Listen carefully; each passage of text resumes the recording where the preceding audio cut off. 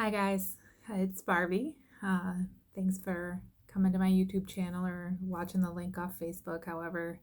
However you may have come across this lovely gem of a video I'm about to do for you. Anyhow, um, I just wanted to really acknowledge that we are living through some crazy times, right? Crazy stressful times.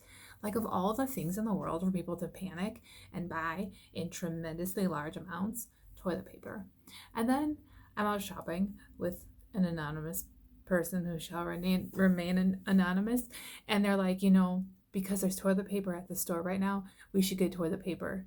I was like, I think there might be toilet paper at home. I'm sure there's toilet paper at home, but you don't know if there will be toilet paper the next time you need toilet paper. So you should get it now in case, because this is the kind of chaos that explains empty toilet paper shelves. I am afraid to use a leaf. I'm just saying. So I wanted to talk about things that you can do to take care of you during this stressful, unpredictable, crazy time. One thing that I have seen a lot of, and I have felt myself, to be completely honest with you, is a real hit to mental health. Normally, um, I'm like the wake up and work out before work kind of person.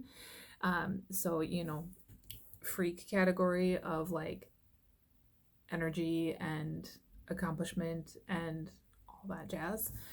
And I do not have a tremendous amount of energy right now.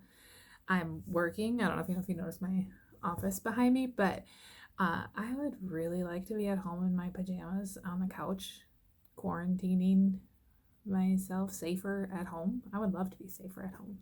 I would love it. But I'm at work, and I'm okay with that too because, quite frankly, I go, woo, if I'm home without anything to do for a while. So, mental health is serious. It's serious stuff. And I know people have been in situations where um, they're experiencing an increased amount or an initiation of verbal, mental, physical abuse because of being stuck at home with a loved one. And it's normal to feel not normal right now. This is not normal. There's nothing normal about this. Our status quo has been pretty far away from what we're living through right now. And generally, our brains are kind of set up to, our brains, our bodies, everything are set up to maintain status quo.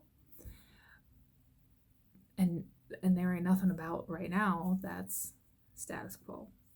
So when something presents itself to our brain that could be perceived as a threat, the brain responds with the fight, flight, or freeze response. It used to be fight or flight, and they added freeze, which, if you've ever driven down the road and seen a deer, freeze is a very real option.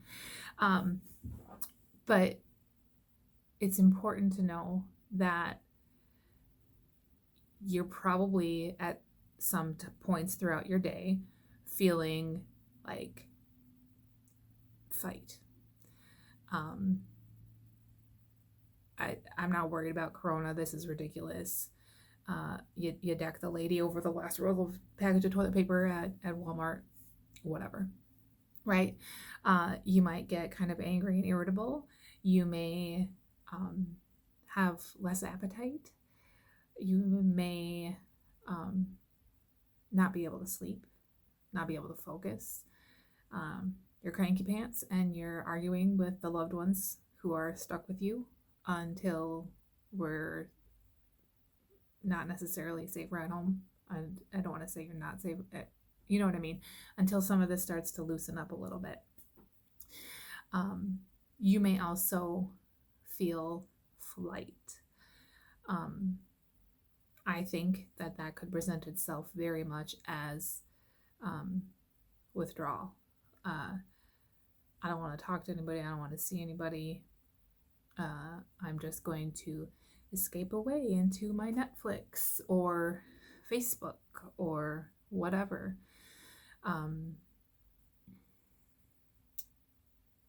I may or may not have been looking at places I could go camp in the backwoods where I wouldn't encounter people for, the next 3 months or so. And I realize it's cold outside mostly still, and I gotta work. So then there's the freeze. And the freeze is like being numb, sitting there staring off into space, and you're like, oh my gosh, how did an hour go by? What? No. When did it get dark out? What did you say? Were you talking? I didn't even, oh, what? Like just not feeling like you're there, you're gone, you're checked out, you're planet Corona, you're not there. All of those things are normal. And it's also normal to feel yourself kind of like ride the roller coaster of fight, freeze, flight, fight, freeze, flight, whatever, right? All of that is normal because your brain doesn't know. And anytime you hear a news story about the death numbers increasing, the United States infection rate being higher than Italy and Spain combined, like, we need to know that. Like, no, we're a bigger country than they are. Of course, we're going to have more people. Like, percentage-wise, statistically, that is just how math works. But thank you for scaring us into all thinking that it's so much worse here. It's worse here because we have more people here. That's math, right? Okay. So anyways, moral of my story is there are things you can do to take care of yourself to prevent this from being a life-altering negative experience. This can just be something that happened. That remember when we had that coronavirus and we were like, couldn't go to the grocery store? Remember when they told us you needed a paper that said you were an essential employee or you were going to get arrested if you left your house? Not a thing, at least in Wisconsin, by the way, but like, these are crazy times. And hopefully, when it's all over, we can talk about and laugh about the Corona days. But until then, we have to protect ourselves and take care of ourselves because these could also be really traumatic times. They could be times when you lose loved ones, you get sick, you fear for your life, you don't know what's going to happen. You lose your job, your financial situation just deteriorates around you, and it could literally change the rest of your life because you couldn't go to work for a couple weeks, or you got sick, or a loved one got sick. But there are many things out of our control right now. Many things. But there are some things that are still within our control. And if you focus on those things, they can really make a positive difference. So, a couple of the things I wanted to talk about. One of the things that can make this a horrible time is the loss of predictability. People like to know what's coming. It makes them feel a lot safer. Like, somebody did a study that if you go and watch a movie you've seen 100 times and you know how it ends, you will literally feel better because you know what happens. Like, the ending you always get is the ending you always get because the movie's the same every time you watch it. That's going to make you feel better. It's a new normal, right? Or we're trying to create some semblance of normal out of the newness of our not normal. And you need a schedule, right? Don't I sound like a total type A, like mom? Or I don't even know. But you need something. You need to have a semblance of life routine. Set an alarm and get up at a reasonable hour. I don't care if it's, 11:59, so you can say you got up before noon. Fine. But establish some routine. Work with your family and say, we're going to cook dinner together. Ooh, Tomorrow night, we're having tacos. We're so excited. Who's on the meat? Okay, you're going to rip up the lettuce. Ooh, we need tomatoes. We're not going out to the store, so we're just going to add extra salsa. Whatever it is. But have some routine and some things you're going to look forward to. Yesterday, it was like 57 degrees for the high, which is outstanding for where I live this time of year. And it was let's go for a walk after work. Let's take the dogs for a walk after work tonight. And then it was something to look forward to. We were going to get outside. We were going to move. We were going to have fresh air. We were going to see the dogs' happy faces. We were going to get to spend quality time together. And we were going to get to enjoy some beautiful weather. Perfect, right? And it was a little thing, really little, but it had a big impact. So get that routine. There's also this sense of like immobility. Not only like you have like your brain might go into freeze mode, but then you also have this, I can't go anywhere. Like I want to run, I want to move, I want to do something. I want to feel like I'm helping or contributing or protecting my family or providing for my family or doing something. And like you're not supposed to leave your house. I mean, like you can go for a walk, go for a hike, go to the grocery store. If you need something, please stay home. If you don't, oh my God. But generally, you're pretty immobile. You're stuck, right? It's not like vacation. You don't get to go places and do things, and that can feel very disempowering, right? Like you can feel super powerless and super helpless, and those things promote feelings of trauma and pain and weakness, and they're really detrimental. So prevent yourself from feeling powerless, by doing something. Exercise is a fabulous way to take care of yourself any day, but especially right now. And it doesn't have to be like huge exercise, right? Obviously with Netflix, there are no commercial breaks. So like, take this with a grain of salt. But maybe in between every Netflix episode, you walk up and down the stairs for 10 minutes. That's some exercise. Go walk around the block 3 times a day. Rake the yard. Apparently you're not supposed to start your gardens yet because there's like butterfly and bee babies growing or something. Don't quote me on that. I don't know. Do your research about the garden. But it's possible to move. Clean the house, like deep clean the house, right? Like when was the last time you vacuumed underneath your couch cushions? You don't want to know when the last time I vacuumed underneath my couch cushions was, and if you did, I'm sorry, I couldn't tell you anyways. I mean, like I remember doing it recently. I think I don't know. Moral of the story, right? But movement will help you. Mindful movement will really help you. I'm talking yoga, a mindful walk, and like really mindful, like paying attention to every sensation involved in walking.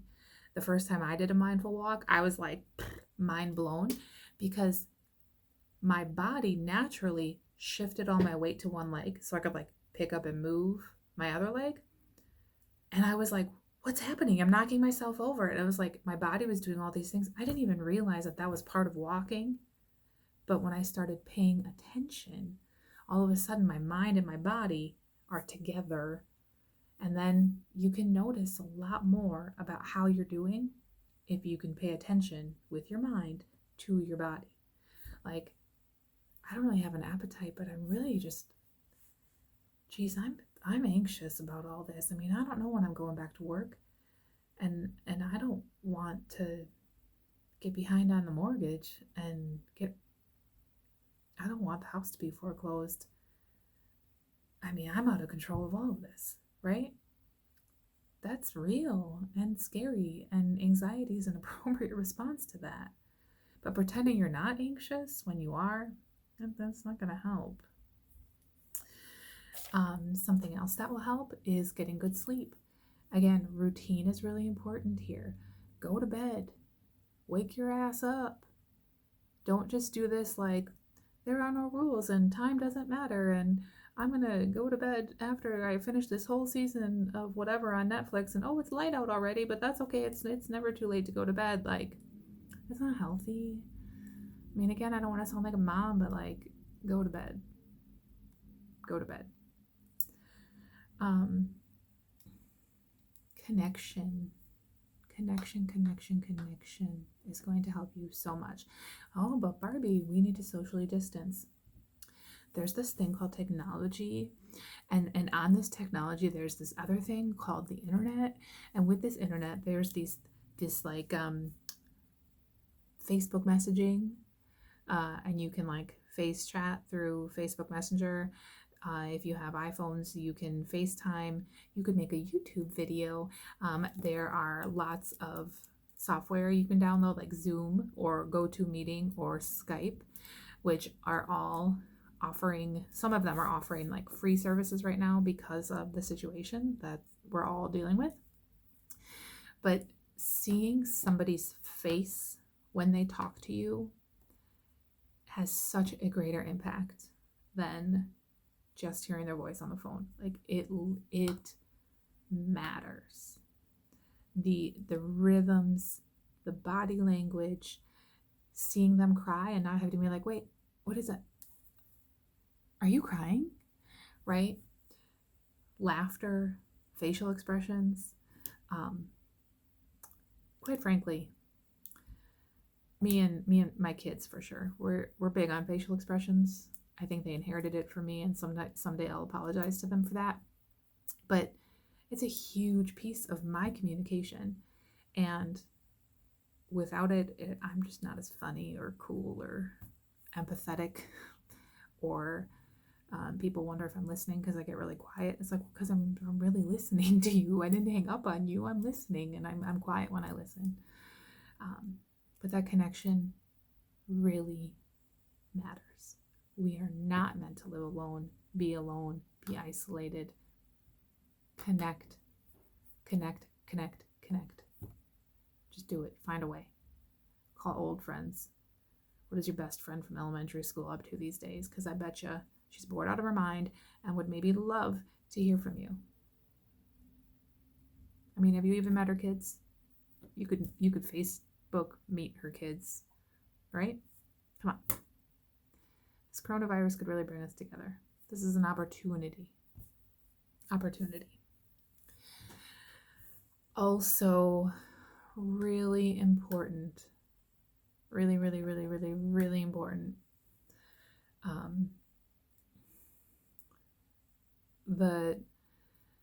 The feeling of a loss of safety.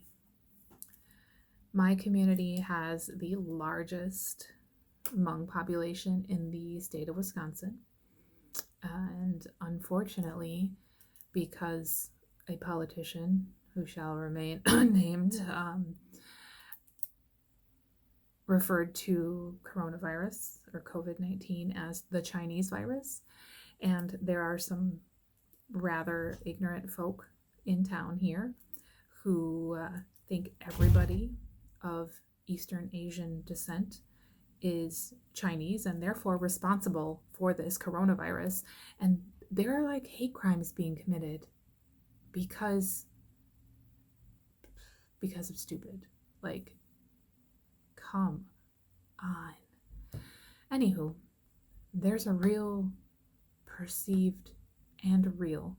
There is a perceived and real threat to safety right now. You don't know if the next time you go fill up your car with gas to get back and forth to your essential job, if you're going to be exposed and then get ill, or maybe not get ill, but expose your children or your loved ones or somebody in your workplace, and right, so on and so on and so on.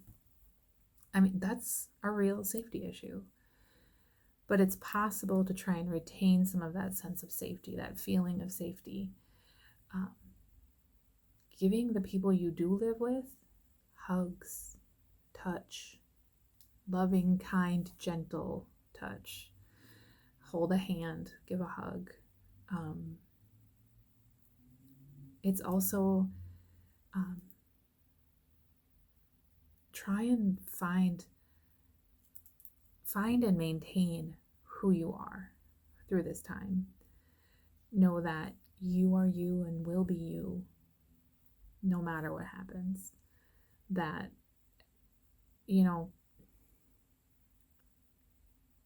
things are going to be okay. It's very, very possible. Even if bad things happen, it's possible for you to be okay. And if you're taking precautions and you're not taking any major, unnecessary, extraordinary risks, you're doing everything you can, everything in your power. You're staying in the circle of things you control. You're staying in there by washing your hands, staying at home, only making essential trips for groceries and supplies, sharing the toilet paper for Pete's sakes, right? Because the people who don't have any, they're going to try and find a way to control that. And there's a roll sitting in the back seat of my car. And I'm quite frankly afraid occasionally when I forget about it that somebody's going to break into my car and steal my gosh darn toilet paper. And I'm not worried about the toilet paper. I'm worried about my car, and I should just take it out of there. But I don't know what's going to happen, right? There's a potential concern of my safety right? So these are hard times. We can get through this and we can be okay. But take care of yourself. Eat something with nutrition today. Something. Have an apple. Okay? Get some sleep. Move your body. Connect with a loved one via face-to-face communication. Okay?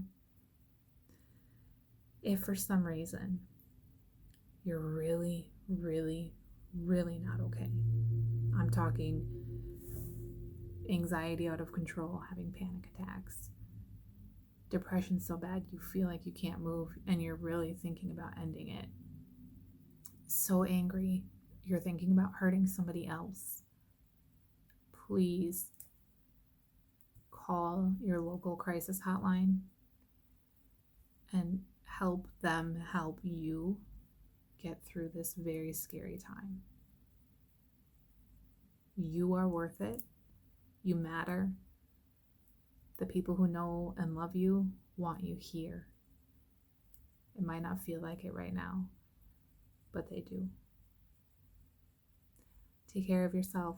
Wash your hands. And let me know if there's anything I can do to help. Thanks, guys.